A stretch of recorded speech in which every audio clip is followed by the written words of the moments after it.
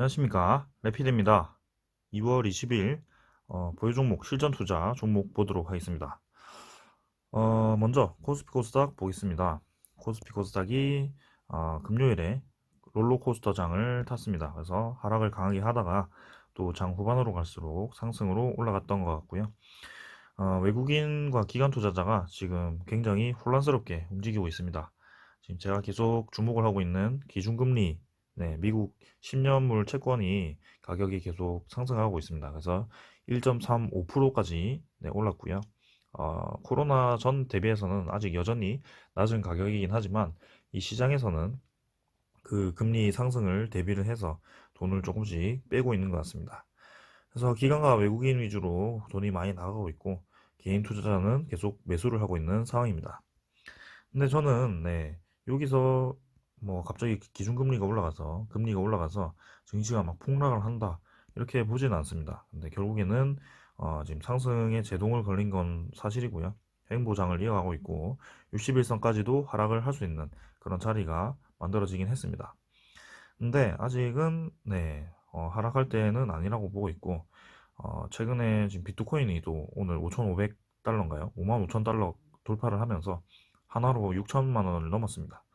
그래서 이런 위험 투자자 지분이 계속 늘어나고 있기 때문에 주식 또한 그런 반응을 보일 것 같고 나스닥 다우도 지금 내릴 듯 말 듯 하면서 계속 장 후반으로 갈수록 끌어올리는 그런 모양이 나오고 있습니다. 그래서 괜찮게 보고 있습니다.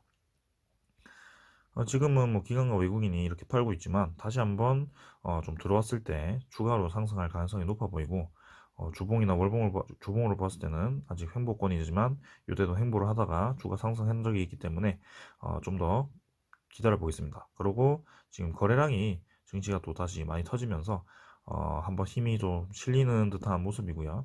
차중에는 21선 돌파하면서 이 3200선 다시 한번 테스트 해보지 않을까라는 생각입니다. 코스닥도 마찬가지로 지금 계속 뭐 그런 횡보장을 이어가고 있고 하방 경직성이 확실히 있습니다. 지금 잘 버티고 있고 내리면 양봉을 올리고 아니면 지금처럼 꼬리를 올리던가 이렇게 잘 받치네요. 그래서 뭐 지금 요 1000포인트 한번 다시 도전을 할 것 같고요. 지금 바이오주가 좀 많이 내렸지만 기술주, OLED 기술주, 반도체 기술주와 같은 그런 기술주들이 많이 힘을 받으면서 다시 한번 코스닥을 잘 받치고 있는 것 같습니다. 다음에 오를 때는 그런 주식들이 더 올라가면서 코스닥 지수도 많이 올라가지 않을까 하는 생각입니다. 환율도 뭐 크게 많이 오르지 않았고요. 지금은 저환율 시대입니다. 1100원 정도로 마무리를 했고 잘 받치고 있네 이것도. 그럼 이제 보유 종목 보도록 하겠습니다. 한국정보인증 먼저 볼게요. 일단은 양봉 터지면서 강하게 상승하다가 이렇게 또 음봉을 또 길게 빼면서 21선까지 끌어내려 버렸습니다. 지금은 이슈가 한번 있었던 것 같네요. 이슈를 보시면 한국정보인증이 이제 삼성페이에도 비트코인 결제가 가능하다고 해서 건당 수익 기대감에 상승세를 탔습니다. 근데 한국정보인증이 잠깐 세력들이 좀 들어왔다가 나간 것 같고요. 근데 내릴 때 요때 거래량은 좀 기분 나빴지만 요때 금요일에 거래량은 굉장히 적었습니다. 그래서 뭐 크게 이대로 계속 하락한다라고 보기는 어렵고요. 21선 받치면서 다시 한번 추가 상승할 것 같습니다. 좀 아쉽긴 한데요. 이렇게 이제 U자로 처음에는 예상을 했었죠. 그래서 그런 정상적인 궤도로 다시 돌아왔다라고 말씀을 드리고 싶고 이 정도 슈팅을 주었을 때 참 좀 기분이 좋았는데 아쉽네요. 지금 상황은. 그래서 투자자가 뭐 외국인과 기관이 크게 움직임은 없고요. 계속 말씀드리지만 한국정보인증은 이제 보안주 엮여 있기 때문에 지금 비트코인도 계속 올라가고 있고 결국에는 수익을 볼 만한 기업입니다. 공인인증서 폐지 관련해서 네이버와 카카오와도 협력을 하고 있고 모바일 신분증 이런 거죠. 그러니까 한번 계속 보겠습니다. 일단 기술적으로는 확실히 쌍바닥 다지고 21선 위로 태웠다는 점에서 뭐 월요일이나 양봉이 나오면서 60일선 한번 다시 도전하는 그런 그림이 나올 것 같습니다. 월봉상으로는 여전히 양봉에 있고요. 그 다음은 이제 두산입니다. 두산도 뭐 움직임이 없죠. 두산중공업 자체가 계속 내리고 있어가지고 얘도 마찬가지로 내리고 있는 모습입니다. 그래서 잠깐 121선 이탈했다가 다시 한번 받치면서 올라갔는데요. 계속 뭐 이대로 올라가 보지 않을까라는 생각이고, 월요일부터 다시 한번 양봉이 나오면서 얘도 좀 받쳐야 될 것 같습니다. 21선 위로 좀 자리를 잡아야 될 것 같고, 지금 두산중공업 자체가 뭐 탈원전 이런 정책으로 인해서 좀 자금줄이, 당장의 자금줄이 지금 다 묶여 있는 상황이기 때문에 지금 신재생에너지를 잘 변환을 해서 지금 투자를 잘 하고 있는데, 아직까지는 그런 게 가시화되기 위해서는 시간이 필요해서 이 두산그룹도 지금은 움츠리고 있는 상황인 것 같습니다. 그래서 시간이 지날수록 이 체질 개선을 했기 때문에 수혜를 받을 것 같고요. 두산인프라코아 인적 분할에서 두산밥켓에 이제 두산중공업 아래로 들어왔을 때, 그리고 그런 것들이 재무 개선이 잘 해결이 되었을 때 두산도 두산중공업과 함께 같이 움직이지 않을까라는 생각이고요. 이 기간의 매도가 이제 끊임없이 나오고 있어서 지금 두산도 힘을 못 받고 있는 상황입니다. 계속 지켜보겠습니다. 일단은 네, 481선까지는 계속 네, 우상향해서 올라갈 만한 모양인 것 같고, 얘도 최악의 상황에서는 여기 241선까지도 하락이 가능한 그런 자리인 것 같습니다. 일단은 다음 주에 좀 잘 받치면서 올라가야 될 것 같네요. 그 다음은 삼성중공업이고요. 삼성중공업이 네, 21선 위에서 이제 잘 받치죠. 얘도 마찬가지로 뭐 크게 주진 않았지만 잠깐 슈팅을 조금 줬다가 다시 한번 내려서 21선에 안착한 모습이고요. 어, 이런 이런 게 이제 과하게 올라갔다가 내려온 게 한국정보인증인데요. 삼성중공업 같은 경우도 지금 추세 전환을 잘 하고 있는 것으로 보입니다. 그래서 박스권으로 다시 진입을 하고 있고, 21선 딛고 반등을 좀 해서 다시 한번 최저선에 들어가야 될 것 같습니다. 월봉으로 봤을 때는 계속 뭐 바닥 다지기 작업이 잘 진행이 되었고, 이 정도 위치에서 네, 다시 한번 65월봉선을 도전할 것으로 보이네요. 선박 이 사업이 잘 되고 있기 때문에 지금 이제 주봉도 꾸준히 올라가고 있고, 결국에는 요 7,800원 선에 수렴을 해서 올라갈 것이다. 오랜만에 기관이 매수를 들어왔다라고 말씀드리겠습니다.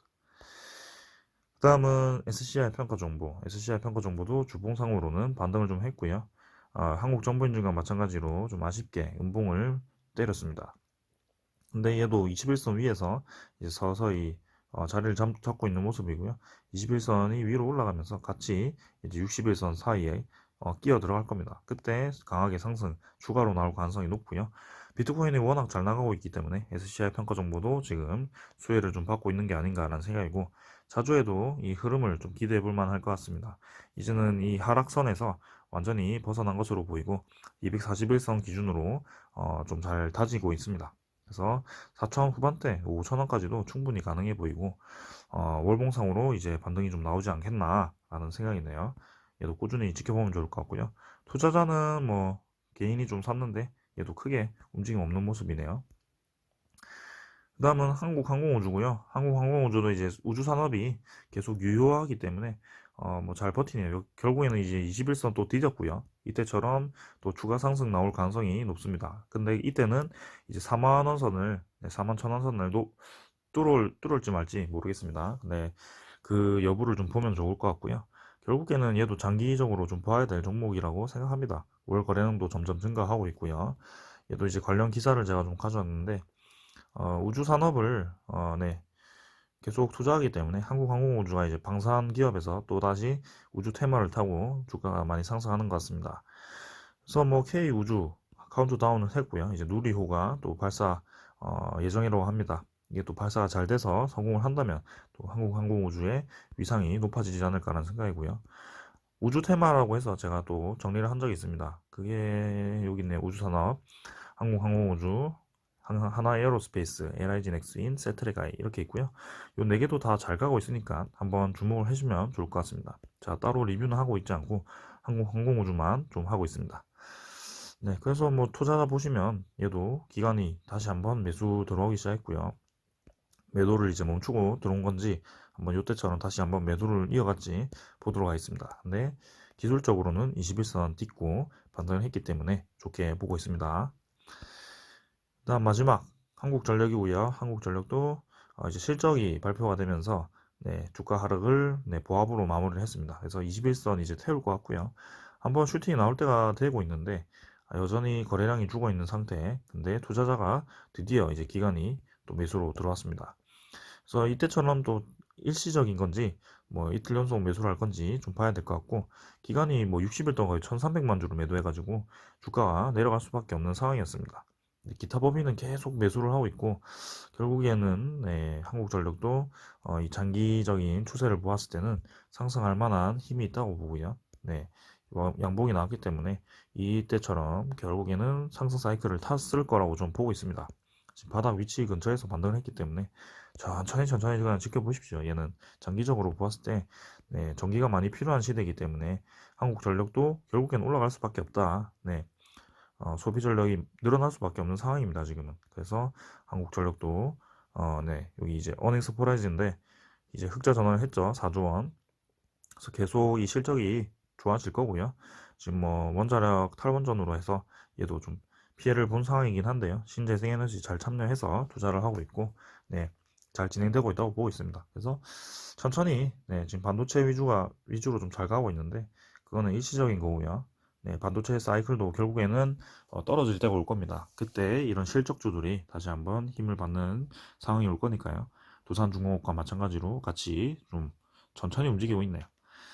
네, 그래서 오늘 여기까지 보고요. 지금 장이 네, 롤러코스터 타면서 뭐 왔다 갔다 그냥 갈피를 못 잡는 것 같습니다. 근데 제 생각에는 지금 금리가 당장 상승하지는 않을 것 같고 주가가 좀 더 상승할 가능성이 좀 있어 보입니다. 잘 버티는 거 보니까요.